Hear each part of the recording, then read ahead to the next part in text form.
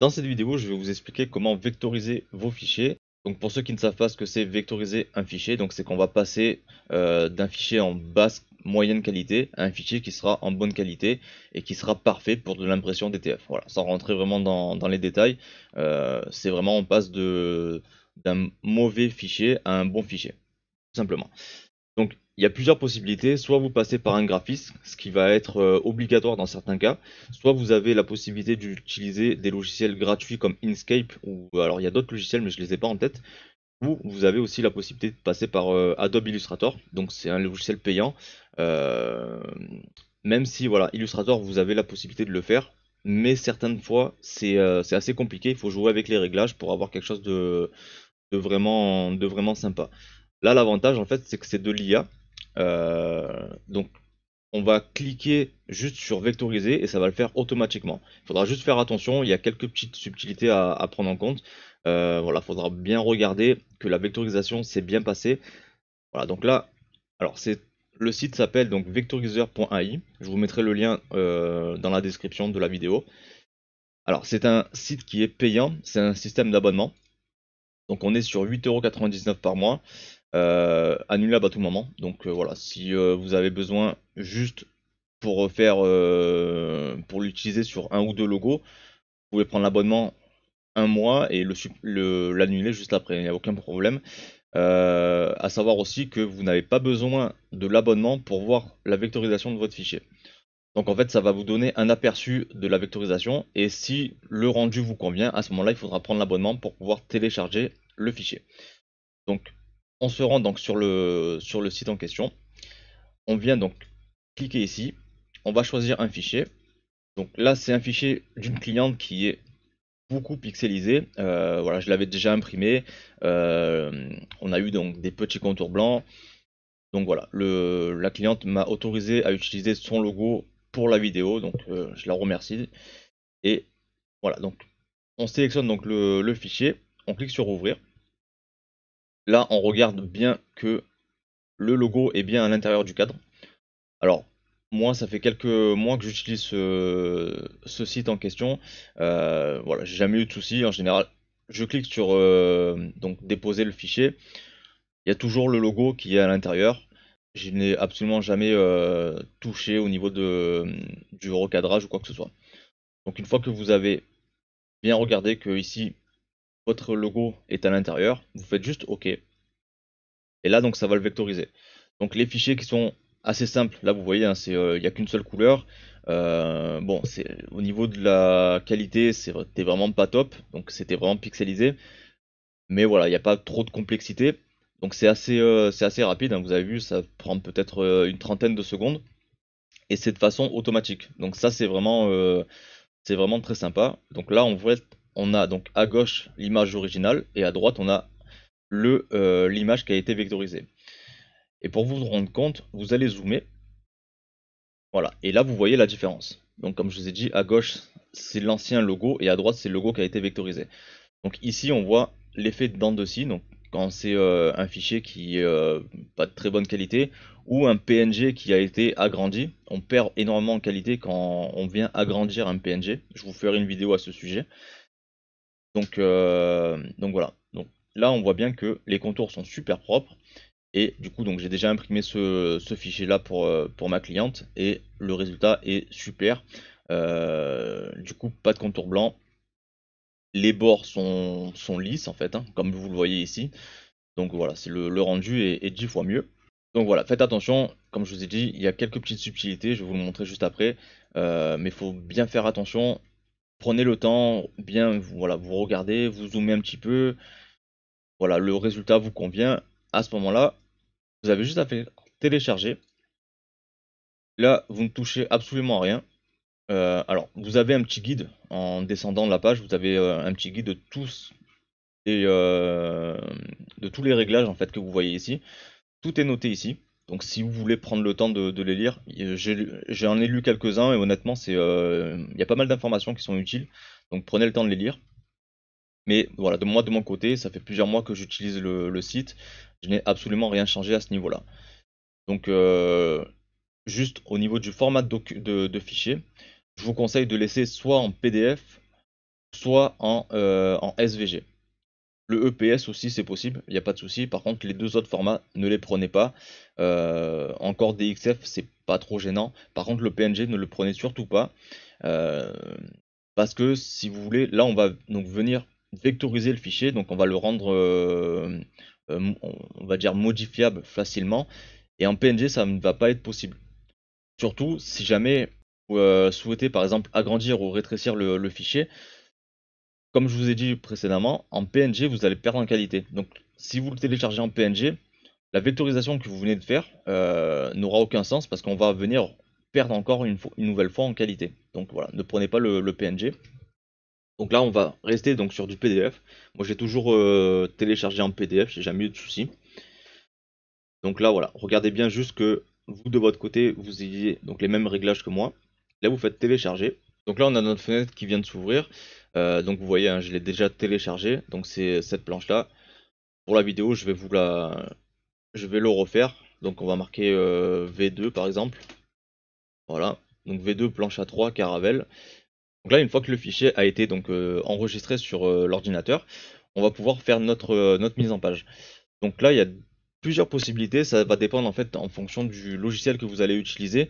À savoir que Photoshop, Illustrator, quand vous allez ouvrir votre fichier, ça ne sera pas du tout aux mêmes dimensions que le fichier original. Par contre, sur Canva, alors bizarrement, les dimensions sont respectées. Donc voilà, c'est à faire attention. J'ai envoyé un message au service technique et que pour l'instant, en fait, ils n'ont pas de réponse à m'apporter. Donc voilà, il faut juste faire attention. Quand vous vectorisez votre fichier, ne me l'envoyez pas directement. Sinon, par exemple, là, c'est un fichier en A3. Je vais vous montrer sur Illustrator. Voilà, donc là, notre fichier donc, vient de s'ouvrir. On voit que quand on sélectionne donc, le fichier, vous voyez que d'un bord à l'autre, on est sur une largeur pardon, de 1,56 m. On est bien en centimètres. Hop, on est bien en centimètres. Donc on est sur 1,56 m par 2,47 m. Voilà, donc il faudra juste venir, si vous êtes sur Illustrator ou Photoshop, venir derrière modifier donc la dimension de votre fichier. Pensez également, vu que là on est sur un fichier qui a été vectorisé, en fait on va pouvoir bouger chaque élément. Donc une chose à faire quand vous êtes sur Illustrator, vous sélectionnez l'ensemble de votre fichier et vous faites associer.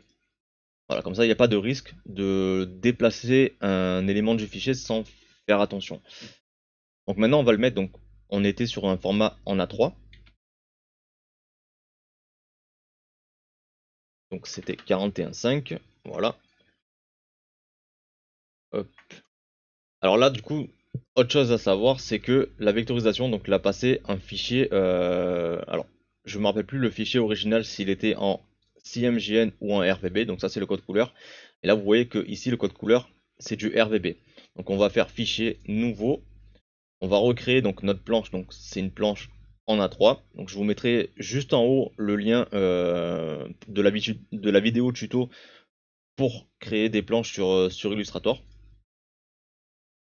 Et maintenant on va venir donc sélectionner notre logo, on fait couper, coller, et voilà. Et là notre logo, on a bien une planche en A3, donc la dimension est conforme, le fichier est en bonne qualité, il n'y a aucun problème. Là vous pouvez zoomer autant de fois que vous souhaitez. Voilà, vous voyez, hein, on est à 51 000% de zoom et les tracés, en fait, les contours sont super propres parce que c'est un fichier qui est en vectoriel. Voilà, donc là, la mise en page est faite. Le mode de couleur, c'est bien du CMGN, donc c'est bien à ce niveau-là. On a juste à faire enregistrer. Donc là, si vous êtes sur Illustrator, vous allez choisir un format donc AI, Adobe Illustrator. Si vous êtes sur Photoshop, vous allez choisir un format de .psd pour du format Photoshop. Voilà, et conservez toujours le format soit PSD, soit AI, suivant le logiciel que vous allez utiliser. Et si jamais vous êtes sur un autre logiciel, Inkscape par exemple, choisissez plutôt du PDF, du SVG ou du EPS. Mais ne partez pas sur du PNG. En fait, le PNG va réduire un petit peu la qualité. Donc là, votre fichier est enregistré en format AI. La mise en page a été faite. Vous avez vu que tous les éléments vous conviennent, tout est conforme à votre niveau. Donc là, vous pouvez m'envoyer votre fichier et quand vous allez recevoir votre planche, vous n'aurez aucun contour blanc. Le rendu sera super propre. Voilà, donc là, c'est, vous avez vu, hein, ça a pris quelques minutes pour faire l'opération. Et mine de rien, c'est passé d'un fichier en mauvaise qualité en fichier en très très bonne qualité. Voilà.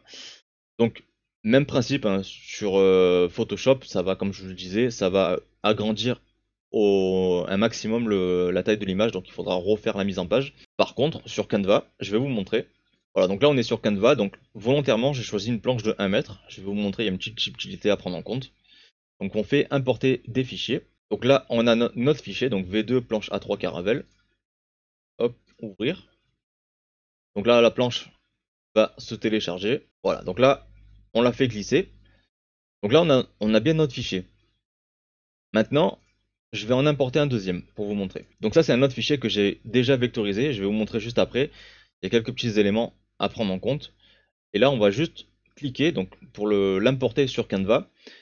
Et vous allez voir que si je le prends et que je le fais glisser, voilà. Là j'ai mon fichier, donc le logo pizza qui est bien ici. Par contre, le logo Caravelle, il n'est plus sur la planche. Et en fait la petite astuce, c'est sur Canva. Soit vous avez donc ce fichier là, vous avez que ce fichier et que vous souhaitez le mettre en format A3, bon ben il n'y a pas de souci. Ici vous avez la règle d'un côté et de l'autre, sinon vous avez la possibilité ici d'avoir les dimensions. Là il n'y a aucun problème. Par contre si vous avez par exemple voilà ce logo là, vous souhaitez avec ces dimensions là et vous souhaitez aussi le logo pizza. Si vous cliquez dessus, vous ne pouvez pas les mettre. Donc en fait il faut faire ajouter une page. Et là donc en haut on a notre logo pizza. Et en bas, on va mettre notre logo Caravelle. Voilà. Et en fait, la deuxième page va servir juste pour importer le fichier. Et la première page va nous servir à faire notre mise en page. Et là, vous voyez que si je viens déplacer le fichier, j'ai bien mes deux fichiers présents. Là, je peux modifier la dimension comme je souhaite, il n'y a aucun problème. Et je peux par exemple en remettre un autre. Donc on va refaire fichier importer. On va mettre celui-là qui a été vectorisé aussi. Voilà, donc là, le fichier est bien présent. On va le mettre sur notre page 2. Alors, des fois, voilà, il y a quelques petites... il faut attendre un petit peu, en fait, pour voir le fichier apparaître. Là, c'est un peu long, mais il devrait apparaître. Voilà. Voilà. Donc, des fois, c'est un petit peu long, ne vous inquiétez pas. C'est normal. Et là, vous voyez que, hop, on peut faire notre mise en page. Notre fichier est prêt. Donc comme je vous disais sur la vidéo tuto Canva, donc je vous mettrai le lien juste ici, c'est une petite chose qui est sympa à faire, c'est de mettre une forme en arrière-plan pour savoir si jamais votre fichier a un fond blanc ou pas. Logiquement, il n'y a pas de souci, mais voilà, c'est vraiment quelque chose à faire. Sur Illustrator, on a le damier, donc Illustrator Photoshop, on a le damier, donc c'est facilement, donc c'est assez facile de voir si notre fichier a un fond blanc. Par contre, sur Canva, on n'a pas cette possibilité-là. Donc on fait forme. Là, on a notre forme. On va mettre un fond noir. Hop, on va l'agrandir. Voilà. Et là, on va la mettre en arrière-plan. Voilà. Et là, on voit que, alors, si jamais, des fois, il peut avoir un fond noir aussi sur vos planches. Il peut avoir un fond blanc ou un fond noir. On peut mettre par exemple un fond rouge. Voilà, comme ça, là, vous voyez bien que il n'y a aucun problème. Il n'y a pas de fond sur vos fichiers. Donc là, la mise en page est terminée. Vous avez juste à supprimer l'arrière-plan, vous faites partager, et là, même principe que pour la vidéo tuto sur Canva. Voilà, vous rentrez, vous faites télécharger. Là, on reste sur du PNG, par contre sur Canva, il faudra rester sur du PNG malheureusement. Taille 3.125, arrière-plan transparent, et ici, sélectionner les pages, on met juste la page, donc une, c'est la page qu'on a fait de nos mises en page. Voilà, on désélectionne la page 2. Terminé, enregistrer, enfin télécharger. Donc là, même principe que pour la vidéo tuto sur Canva, on va marquer donc le nom du fichier. Donc là, j'avais marqué vectorisé. C'est une planche de 1 mètre, donc le format, et la quantité x4, tout simplement. Et là, quand vous allez me l'envoyer, votre fichier sera de bonne qualité. Vous n'allez pas avoir de contour blanc et les dimensions seront respectées. Donc maintenant, on va voir quelques petits éléments à prendre en compte et à faire attention au moment de la vectorisation du fichier. Donc ce fichier-là, on a en fait un dégradé de couleur et c'est l'une des choses les plus compliquées à faire en vectorisation, c'est de faire des dégradés de couleurs qui vraiment sont en dégradé quoi. Ça va plutôt faire, vous allez voir, comme hop, alors c'était dans celui-là je crois. Là vous voyez, voilà, là on a les traits et en fait c'est ça à faire attention.